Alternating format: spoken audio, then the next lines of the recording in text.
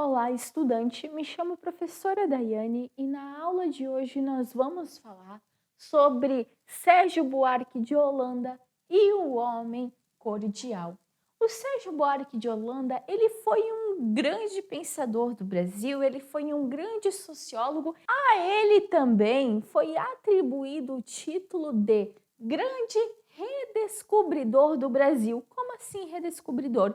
É porque ele analisou tanto a época do Brasil colônia, tanto a formação do Brasil, que é como se o Brasil tivesse sido redescoberto novamente nas palavras e nos livros de Sérgio Buarque de Holanda. Ele nasceu no século XX em São Paulo. Além de sociólogo, foi historiador, foi escritor e uma das principais obras dele é Raízes do Brasil, que foi publicado em 1936. O Sérgio Buarque de Holanda, ele, assim como grandes outros sociólogos do Brasil, se debruçam em uma grande missão: compreender a formação da identidade nacional. Não só o Sérgio Buarque de Holanda, mas nomes como Gilberto Freire e Darcy Ribeiro também tiveram essa mesma pergunta, que é: qual que é a formação da identidade nacional? Quem é o brasileiro? O Brasil é um país tão plural e tão miscigenado que por muito tempo as pessoas tiveram crise existencial, exatamente. Elas não compreendiam a sua cultura e elas não se entendiam como brasileiras. Afinal, você já parou para analisar como a cultura do Brasil é diversificada? Se você compara a cultura existente no Rio Grande do Sul, por exemplo, com a cultura existente lá na Bahia, você diria que culturas tão diferentes, tão bonitas, né, tão ricas, vivem no mesmo território, que é o território brasileiro? Bem, se você perguntar para alguma pessoa de fora do Brasil, muita gente vai custar acreditar. Acontece que o Brasil tem tantas culturas marcantes, é tão diversificado e tão plural, que buscar a identidade nacional, buscar o que conecta todas as pessoas, foi uma missão muito grande da sociologia desenvolvida no século XX por pessoas como Sérgio Buarque de Holanda, Gilberto Freire e Darcy Ribeiro. Agora nós vamos ver a contribuição do Sérgio Buarque de Holanda para responder essa pergunta de quem é o brasileiro. Bem, você já ouviu falar no jeitinho brasileiro? Você já ouviu falar naquela pessoa que fura a fila porque quer passar na frente dos demais para ir para casa mais rápido? Ou aquela pessoa que tem um amigo político influente e vai até esse amigo só para pedir um favor? Bem, com certeza você já ouviu falar no jeitinho brasileiro, mas acontece que dentro da sociologia, o jeitinho brasileiro carrega um nome específico e foi uma teoria desenvolvida pelo Sérgio Buarque de Holanda. E o nome dessa teoria que explica o jeitinho brasileiro é homem cordial. Mas calma, que aqui nós vamos ter que entender o sentido de cordialidade. Cordial, gente, vem do latim cordas. E essa corda do cordial, que vem do latim, significa coisas ligadas à emoção, coisas ligadas ao coração. O homem cordial, que é o homem brasileiro, o homem com jeitinho brasileiro, teoria desenvolvida por Sérgio Buarque de Holanda, é um homem que age pela emoção. É um homem que tem sentimentos mais do que qualquer outro povo. O homem cordial tem origem no desenvolvimento da sociedade patriarcal durante o Brasil colônia, com a inibição de escolhas individuais. O homem cordial é um homem voltado para a coletividade e não para a individualidade. Você com certeza já ouviu falar por aí que as críticas que fazem lá do exterior para o nosso país é que o Brasil é um país de pessoas que são muito generosas, que são pessoas hospitaleiras. O Brasil tem essa fama de ser hospitaleiro, de receber pessoas de todas as culturas, de não tratar com xenofobia culturas diferentes, bem diferente de outros países. Tudo isso vem do homem cordial, tudo isso vem da cordialidade do brasileiro. O homem que sente, o homem que através da emoção vai fazer o seu convívio dentro da sociedade. O homem brasileiro, desde a época da colônia, ele nunca soube viver de forma individual. O homem cordial, o homem brasileiro, desde a época da colônia, ele sempre viveu em coletividade. Ele não faz escolhas individuais, ele faz escolhas coletivas. Quando dava uma festa na época do Brasil colônia, era para mostrar para a vizinhança o seu poderio. Quando as madames saíam à rua, as senhoras de engenho, elas costumavam a vestir os seus escravos só com roupa importada e roupa muito chique, para mostrar para as outras pessoas na rua que ela era tão rica, aquela senhora de engenho, que ela tinha até mesmo dinheiro para vestir muito bem o seu escravo.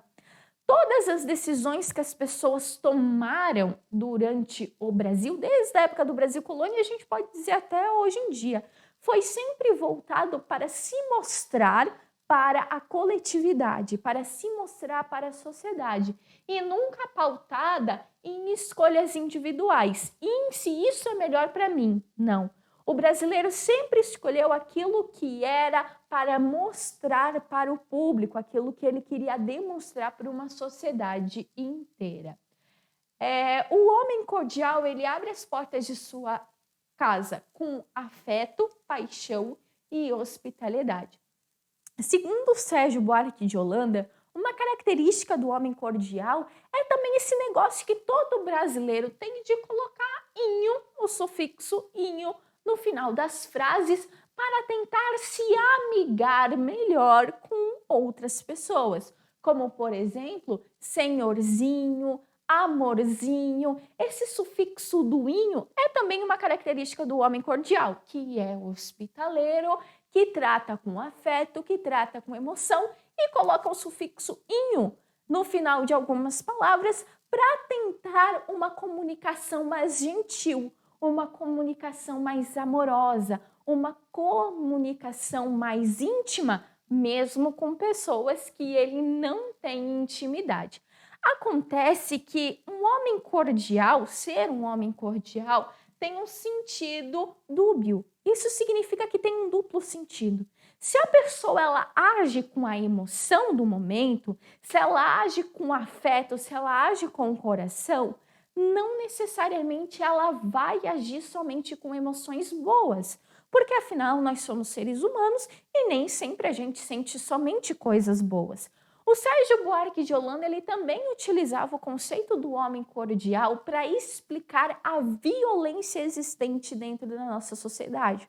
Porque como um homem cordial é o homem que age pela emoção, colocando sempre a emoção na frente da razão, a agressividade e a violência também vai se fazer presente em diversos momentos, até nos dias atuais. Ou vai dizer que você, por exemplo, nunca presenciou ou até mesmo participou de alguma briga no trânsito que começou por um motivo bem banal, mas se tornou uma baita de uma briga com pessoas falando palavrão e até mesmo às vezes agindo de um modo tão violento a ponto de agredir a outra pessoa.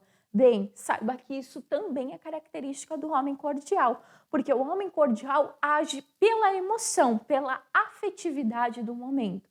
E acontece que essa emoção, que essa afetividade do momento, nem sempre é voltado somente para características boas. A violência também é uma marca do homem cordial. O homem cordial também está presente dentro de aspectos religiosos. Em outros locais, nunca se tratou, por exemplo, um santo ou até mesmo Deus dentro do catolicismo, como se trata aqui no Brasil. Geralmente o brasileiro, ele tem uma tendência a acreditar que os santos, por exemplo, são como algum amigo familiar. São como algum amigo, parte da família, alguém extremamente acessível. Tanto é que existe uma famosa frase que diz Deus é brasileiro, que também demonstra a nossa cordialidade de homem cordial. Então, até mesmo dentro da religião, onde os santos são tratados como um amigo familiar, a gente consegue ver a presença deste homem cordial. O O Estado também é um reflexo do homem cordial. O homem cordial, ele não está só fazendo festa para mostrar para a comunidade quem ele é. O homem cordial da época do Brasil colônia, ele não só andava com escravos muito bem vestidos para demonstrar a capacidade financeira que ele tinha, ele não só tratava os santos e Deus como um amigo familiar, para demonstrar a afetividade. Ele não utilizava só o sufixo inho para tratar as pessoas com uma certa generosidade. O homem cordial, ele também influencia o Estado. Ou você nunca ouviu falar sobre determinada pessoa que tem um amigo político e que acabou vendendo seu voto, por exemplo? Ou pior, acabou trocando seu voto por um favor daquele amigo político. A gente também pode entender isso como homem cordial, a pessoa que age pela emoção do momento, a pessoa que age pela afetividade. Patrimonialismo, esse por sua vez significa o aparelhamento de cargos públicos pautado na proximidade, afetos e não nas competências técnicas. Atualmente no Brasil a gente consegue ver esse patrimonialismo bem presente dentro da nossa sociedade. É quando dentro do Estado, por exemplo, em cargos públicos ou até mesmo privado, as pessoas, por exemplo, dão preferência em contratar parentes seus, familiares seus ou amigos seus, ao invés de contratar uma pessoa realmente com uma competência técnica. Por que aquela pessoa prefere contratar um parente ou um amigo? Porque o homem cordial, ele é pautado pela proximidade, pela generosidade, pela emoção e pelo afeto do momento. Então, ele vai preferir, com certeza, dar uma chance para o seu amigo, para o seu familiar, do que realmente ser mais racional e contratar uma pessoa com competências técnicas. Você tem melhores amigos? Trata com afeição indivíduos que ama? Sente-se raivoso ao enfrentar o trânsito da cidade? Suas emoções variam de acordo com a interação social que você realiza? Bem, se a sua resposta foi sim para todas essas perguntas, saiba que você também se encaixa no conceito do homem cordial. Vamos agora para algumas perguntas para ver se você conseguiu compreender bem a aula de hoje. A teoria do homem cordial, do Sérgio Buarque de Holanda, carrega sentido dúbio? Isso significa carrega duplo sentido? Sim, carrega um duplo sentido. Porque o homem cordial, ele é um homem que está aberto às afeições positivas, isso quer dizer amor, hospitalidade, mas ele também está suscetível a sentir afeições negativas, como, por exemplo, violência e raiva. Lembre que uma emoção, ela não necessariamente é positiva, ela pode ser tanto positiva quanto negativa. E esse homem, que é o homem cordial, é justamente o homem que vai experimentar esses dois lados da moeda. Todos os sentimentos que ele carregar, ele vai colocar para fora ali no âmbito social. Outra questão, as religiões protestantes mudaram de que forma a visão sobre o trabalho? E aí, a gente pode dizer que existia uma forma de ver o trabalho antes e depois das religiões protestantes? Com certeza sim, principalmente dentro do calvinismo, que foi uma das principais religiões protestantes, assim como o anglicanismo e o protestantismo, que mudaram a forma em que o homem via o trabalho. As religiões protestantes passaram a enxergar o trabalho como sinal de aprovação e aproximação com o divino, fomentando o desenvolvimento do capitalismo. Essa foi uma aula sobre ética protestante e o homem cordial. Muito obrigada pela sua audiência.